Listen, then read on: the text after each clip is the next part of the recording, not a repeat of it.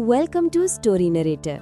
अगर आपको हमारी क्यूट स्टोरीज और मैजिकल राइम्स पसंद आए तो वीडियो को लाइक जरूर करें, चैनल को सब्सक्राइब करें और बेल आइकन प्रेस करना ना भूलें ताकि आपको हमारी नई वीडियोस सबसे पहले मिले।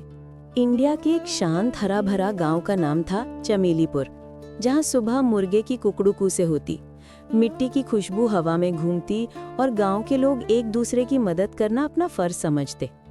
इसी गांव में रहता था एक छोटा, होशियार और थोड़ा शरारती लड़का आरव, जो सुपर क्यूरियस था और हर चीज को माइक्रोस्कोप की तरह ऑब्जर्व करता। इसलिए सब लोग उसे गांव का जूनियर डिटेक्टिव कहते थे। एक दिन गांव में बड़ी अजीब सी बात होने लगी। रात को किसी के घर के लड्डू, खीर, गुड़ की मिठाई और कभी-कभी मक्खन गायब हो जाते। कोई बड़ा सामान नहीं जाता था, सिर्फ खाने की चीजें।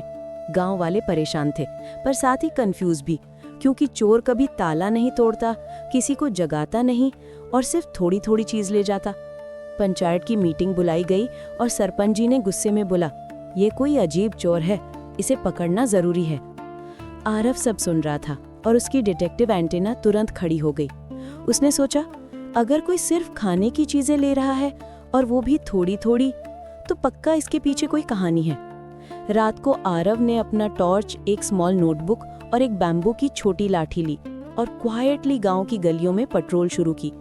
चांदनी रात थी, बफेलो के बेल्स हल्की हल्की आवाज कर रहे थे और नीम के पेड़ के नीचे ठंडी हवा चल रही थी। तभी आरव को कुछ टुकड़े दिखे, गुड़ के क्रम्स और एक लाल धागा, जैसे किसी ने अपने कपड़े से छोटा सा पीस तोड़ दिया हो। आरव ने क्रम्स को फॉलो किया, जो गांव के किनारे वाले बेर के पेड़ तक जा रहे थे। उसने अपनी टॉर्च ऑन की और नीचे झुककर देखा। मिट्टी पर छोटे छोटे पैरों के निशान, बिल्कुल इंसान जैसे, पर छोटे, जैसे किसी बच्चे के। आरव शॉक्ड हो गया। ये तो कोई बड़ा चोर नहीं, कोई छोटा है। फुटप्रिंट्स जंगल की तरफ जा रहे थे, तो आरव धीरे धीरे उन्हें फॉलो करने लगा। जंगल का रास्ता अंधेरा था, पर आरव को डर से ज्यादा क्यूरियोसिटी थी। कुछ दूर जाकर उसने एक छोटी सी लैंटर्न की रोशनी देखी, जैसे कोई हिडन झोपड़ी हो। आरव धीरे से पास गया और झोपड़ी के अंदर झांका। अंदर उसने देखा एक 8-9 साल का छोटा सा लड़का, जिसका नाम बाद में पता चला गोलू। गोलू के कपड़े फटे हुए थे। उसके पास एक ब्रोकन बास्केट थी जिसमें लेफ्ट ओवर फूड पड़ा था, थोड़ी खीर, 2-3 मक्के की रोटी, कुछ गुड़ के टुकड़े। गोलू उन सबको केयरफुली अरेंज कर रहा था, जैसे वो इन्हें किसी के साथ शेयर करना चाहता हो। आरव को ये देखकर शॉक और कंफ्यूजन दोनों हुआ। तभी एक फेंट सी आवाज आई, भैया पानी।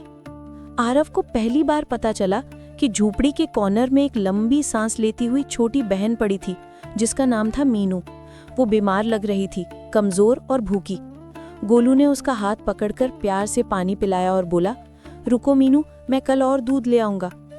ये सुनते ही आरव का दिल पिघल गया। अब सब समझ आ गया। गोलू और मीनू गांव के एक दूर के बस्ती से थे। उनके पेरेंट्स कुछ महीने पहले गुजर गए थे और दोनों बच्चे जंगल के किनारे एक पुरानी झोपड़ी में रह रहे थे। किसी को उनके बारे में पता नहीं था। गोलू, जो अपनी बहन का पेट भराना चाहता था, रात को गांव आता और सिर्फ उतना खाना लेता जो मीनू और उसके लिए जरूरी होता, और वो भी बिना किसी को परेशान किए। आरव ने प्यार से गोलू के कंधे पर हाथ रखा। गोलू डर गया और बोला, मैं चोर नहीं, पर मीनू भूख से रोती थी, मैं क्या करता। आरव के गले में आवाज अटक गई। उसने सॉफ्टली कहा, तुम चोर नहीं हो, तुम तो हीरो हो, तुम बहन के लिए लड़ रहे हो। आरव ने तुरंत डिसीजन लिया, इस सच को गांव को बताऊंगा, पर तुम्हारी इंसल्ट नहीं होने दूंगा। सुबह आरव ने सरपंच और गांव के सब लोगों को बैनियन ट्री के नीचे बुलाया। गोलू और मीनू को वहां लाया गया।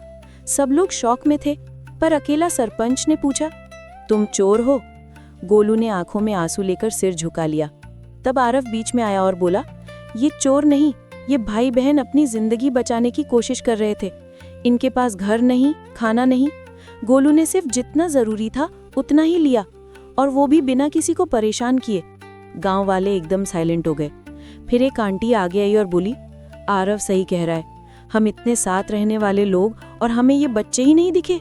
धीरे धीरे सब लोग पिघल गए। गौड़ा अंकल ने तुरंत बोला, इन दोनों के लिए मैं घर रिपेयर करा दूंगा। दूध वाले श्यामलाल ने बोला, रोज दूध फ्री।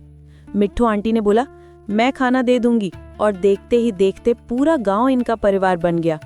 उस दिन पंचायत ने फैसला किया, गोलू और मीनू अब चमेलीपुर के लोग हैं और इन्हें कोई तकलीफ नहीं होगी।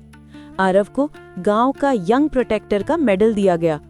गोलू ने शर्माते हुए आरव को हग किया और बोला, भैया अगर तुम ना मिलते तो। आरव मुस्कुराकर बोला, गांव अपनों को कभी अकेला नहीं छोड़ता। उस दिन से चमेलीपुर सिर्फ एक गांव नहीं, एक परिवार बन गया।